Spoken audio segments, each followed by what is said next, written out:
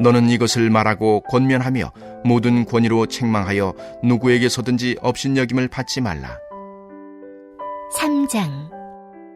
너는 그들로 하여금 통치자들과 권세 잡은 자들에게 복종하며 순종하며 모든 선한 일 행하기를 준비하게 하며 아무도 비방하지 말며 다투지 말며 관용하며 범사의 온유함을 모든 사람에게 나타낼 것을 기억하게 하라.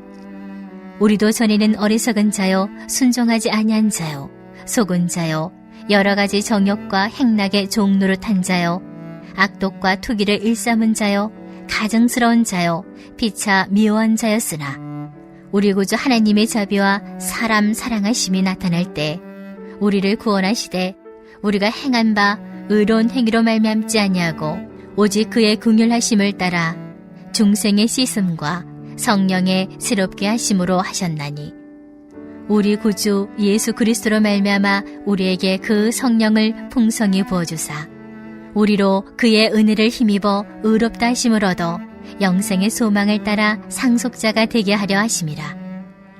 이 말이 미쁘도다. 원하건대 너는 이 여러 것에 대하여 굳세게 말하라.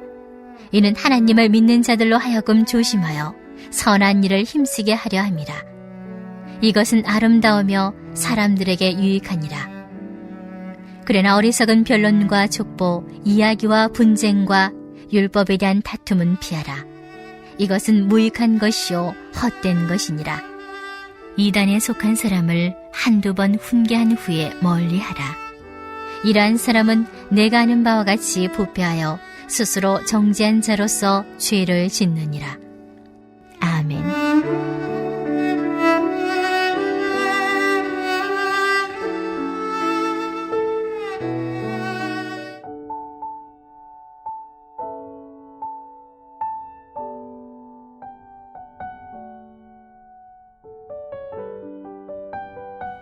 우리가 하나님을 믿으면서 살아가는데 우리의 신앙은 시작과 끝이 무엇일까? 우리의 신앙의 시작은 하나님이 나를 용서하셨고 하나님이 나를 사랑하셨고 예수님의 은혜로 우리가 구원받았다라는 것입니다. 그럼 우리 신앙의 결론은, 시작이 그렇다면 결론은 무엇일까? 나도 누군가를 용서할 수 있으면 비로소 그것이 신앙의 결론이 되는 것입니다. 그런데 시작과 끝이 만나기가 쉽지가 않습니다. 평생 예수를 믿어도 여전히 미워하고 여전히 비방하고 여전히 다투고, 하나님께서 우리에게 오늘 이 말씀을 통하여서 우리의 신앙의 결론에 무엇을 줄까? 내가 새벽마다 목사님 말씀 듣고 성경 시험 치면 내가 1등 할 텐데, 이것도 중요하지만 하나님, 내 인생에 정말 용서할 수 없는 사람인데, 그런데 말씀 앞에 서면, 오늘 우리 본문을 살펴보면 하나님, 저도 결국은 용서할 수밖에 없는 사람입니다. 이것이 오늘 우리 신앙의 결론이 되기를 바랍니다. 그래서 예수 믿는 사람들에게 2절로 갑니다. 아무도 비방하지 말며, 이 앞에 성도들 중에라고 붙여놓는 것도 좋습니다. 성도들 중에, 교회 밖에 얘기 아니라, 교회 밖에 내 마음에 안 드는 사람 얘기 아니라 교회 안에 들어와 있는데 성도들 중에 아무도 비방하지 말며 다투지 말며. 비방할 것이 없어서 비방하지 말라는 말이 아닙니다. 왜 비방할 것이 없습니까? 찾아보면 다 있지요. 그래, 저 사람은 저건 잘하는데 이건 잘 못해. 저 사람은 이건 잘하는데 저건 잘 못해. 아무도 비방하지 말며라는 말은 누군가에게 비방할 것이 없어서가 아니라 비방할 만하지만, 뒤에 나오는 이유들이 있습니다. 아무도 비방하지 말고 다투지 말고 관용하며 범사의 온유함을 모든 사람에게 나타낼 것을 기억하게 하라. 그것이 예수 믿는 사람의 결론이라는 것입니다. 왜 그럴까? 3절, 우리도 전에는 어리석은 자요. 같이 볼까요? 시작. 우리도 전에는 어리석은 자요, 순종하지 아니한 자요, 속은 자요, 여러 가지 정욕과 행락의 종노릇한 자요, 악독과 투기를 일삼은 자요, 가증스러운 자요, 피차 미워한 자였으나. 바울도 디도도 우리 모두가 하나님 앞에서는 바로 이런 사람이었다라는 것이 바울의 고백입니다. 그런 우리를 어떻게 하셨는가? 그런 우리가 뭔가를 해서 뭔가 하나님께 하나님 제가 크게 잘못했으니까 이것 제가 하겠습니다 하는 그런 이유가 설명되지 않습니다. 여러분 하나님의 구원에는 이유가 설명되지 않습니다. 유일한 이유 하나는 사랑 때문입니다. 4절 시작.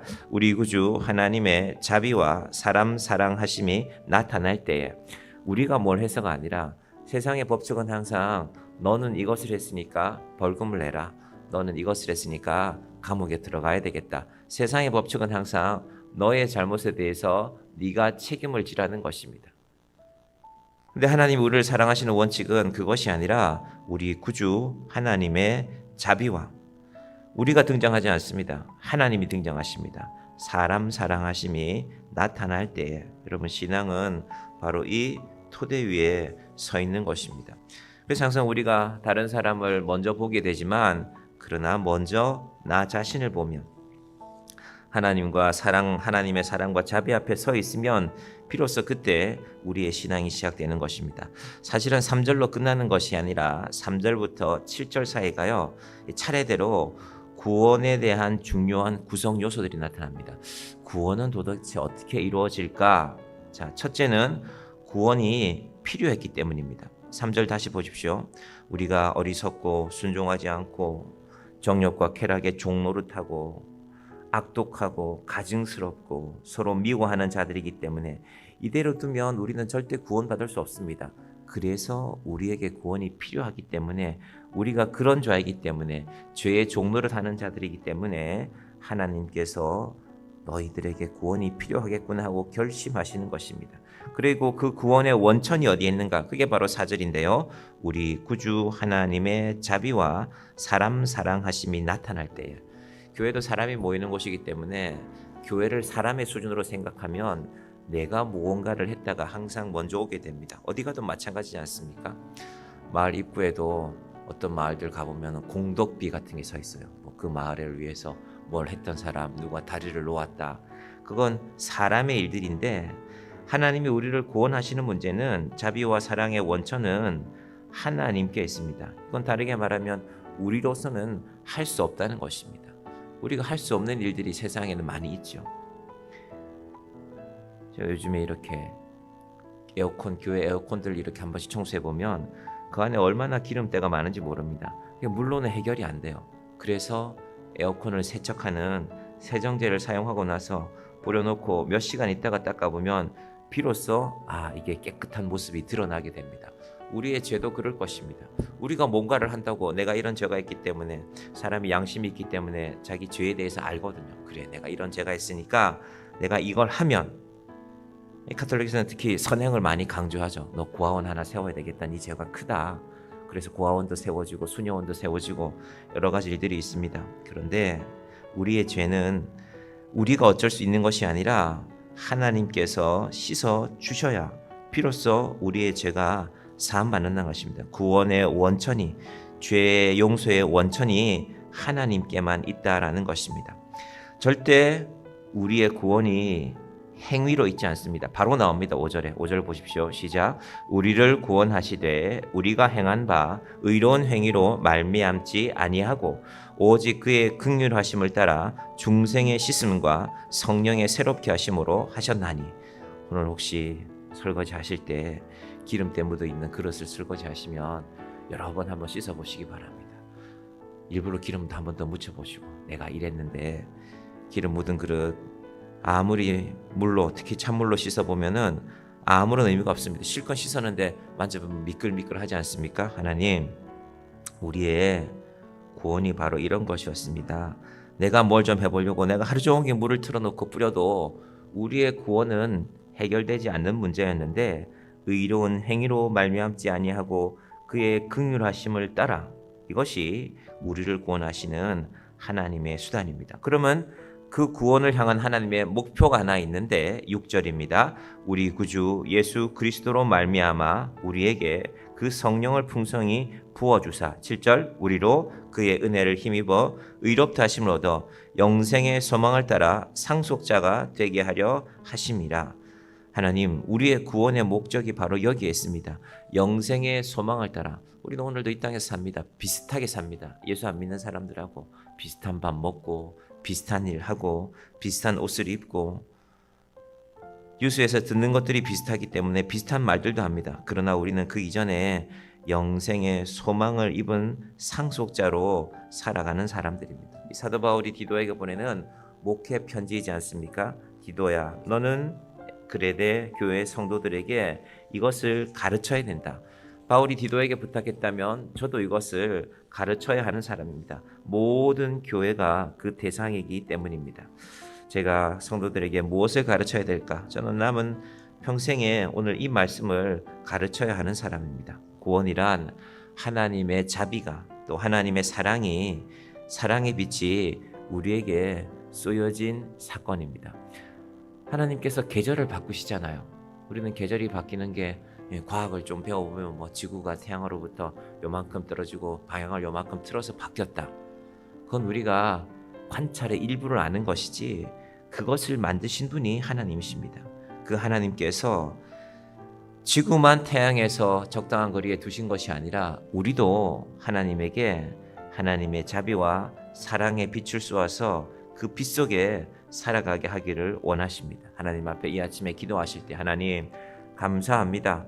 우리가 구원받지 못할 자였는데 우리가 전에는 어리석은 자고 속은 자고 가증스러운 자고 피차 미워한 자였는데 하나님의 구원의 자비하심과 사랑하심이 우리에게 나타나셨으니 이제 우리는 그 사랑의 빛을 받은 사람으로 살게 하여 주옵소서. 이 아침에 간절함으로 하나님께 기도하고 그 구원의 은혜를 누리시는 저와 여러분이 되시기를 간절히 축원드립니다. 기도하겠습니다. 하나님 감사합니다. 우리를 사랑하시는데 어떻게 사랑하셨는지 사도 바울이 디도에게 보내는 편지를 통하여서 말씀하고 있습니다. 아무도 비방하지 말고 다투지 말고 관용하라고 말씀하셨습니다. 그 이유는 우리가 바로 용서받지 못할 자였는데 하나님의 자비하심과 예수 그리스도의 사랑하심으로 용서받은 자가 되었기 때문입니다. 하나님 이것이 없는데 우리가 예수 믿는데 무슨 의미가 있겠습니까? 아버지 하나님, 우리 한 영혼이 하나님 앞에는 자격이 없지만 우리의 의로운 행위로는 구원받을 수 없지만 예수 그리스도로 말미암아 우리에게 성령을 풍성히 부어주시고 그 은혜로 말미암아 구원받은 자처럼 이 땅에 모든 것이 있는 자처럼 살지 말고 하나님 나라를 바라보며 구원받은 자로 살아가게 하여 주시옵소서. 하나님, 우리의 부족함을 하나님이 탓하지 않으시고 우리의 행위의 모자람을 하나님이 탓하지 않으시고 우리에게 기꺼이 구원의 은혜를 주신 것처럼 우리도 다른 이들을 정죄하고 비판하고 비난하고 그런 인생을 살아갈 것이 아니라 하나님의 구원하심을 알고 용서할 줄 아는 믿음을 가진 자가 되게 하여 주시옵소서. 내가 아무리 많은 것으로 하나님께 드려도 사랑이 없으면 아무런 소용이 없다고 울리는 징과 울리는 꽹과리와 같다고 하나님 말씀하셨는데 아버지 하나님, 우리 마음이 참으로 그 의미를 알고 그 의미를 이 땅에 실천하며 살아가는 믿음의 사람들 되게 하여 주시옵소서. 정향교회가 그 믿음 가운데 온전히 세워지는 교회가 되게 하여 주시옵소서. 예수님의 이름으로 기도드립니다. 아멘.